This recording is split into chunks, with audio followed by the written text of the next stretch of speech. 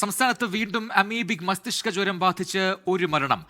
കൊല്ലം സ്വദേശിയായ സ്ത്രീയാണ് മരിച്ചത്. തിരുവനന്തപുരം മെഡിക്കൽ കോളേജ് ആശുപത്രിയിൽ ചികിത്സയിലായിരുന്നു. 11 ദിവസത്തിനിടെ 3 പേരാണ് സംസ്ഥാനത്ത് അമീബിക് മസ്തിഷ്ക ജ്വരം ബാധിച്ച് മരിച്ചത്. MG പ്രതീഷ് തിരുവനന്തപുരത്തും ചേരുന്നു കൂടുതൽ വിവരങ്ങളുമായി. പ്രതീഷ്, എപ്പോഴാണ് മരണം സ്ഥിരീകരിച്ചത്? എപ്പോഴാണ് ഈ സ്ത്രീ ആശുപത്രിയിൽ ചികിത്സയ്ക്കായി എത്തിയത്?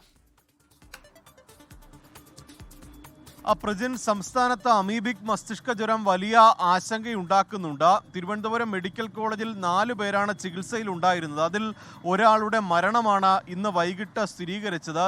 കൊല്ലം പട്ടാഴി സ്വദേശിയായ സ്ത്രീയാണ് മരിച്ചത്. 43 വയസ്സായിരുന്നു പ്രായം.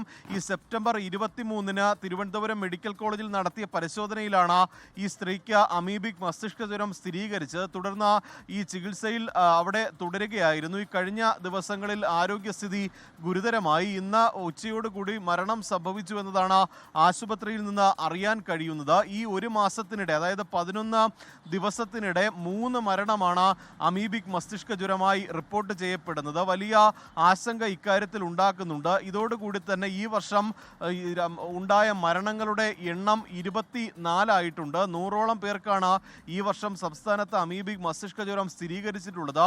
ഇപ്പം ഈ സംസ്ഥാനത്തിൻ്റെ വിവിധ ഭാഗങ്ങളിൽ 30ഓളം ആക്റ്റീവ് കേസുകളും നിലനിൽക്കുന്നുണ്ട്. വലിയ ജാഗ്രതാ മുന്നറിയിപ്പുകൾ ആരോഗ്യവകുപ്പ് പുറപ്പെടുവിച്ചിട്ടുണ്ട്.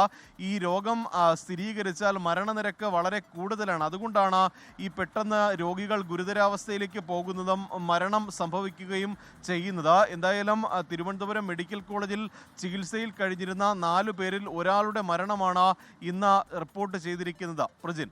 ശരി, MG പ്രതീഷാണ് വിശദാംശങ്ങൾ. ലോകത്തെവിടെയായാലും ഏത് സമയത്തും 24 വാർത്തകളും ഓഗ്മെന്റഡ് റിയാലിറ്റി പാക്കേജുകളും എക്സ്പ്ലെയിനറുകളും വിശദമായി കാണാൻ ഞങ്ങളുടെ യൂട്യൂബ് ചാനൽ നിങ്ങൾക്ക് സബ്സ്ക്രൈബ് ചെയ്യാം.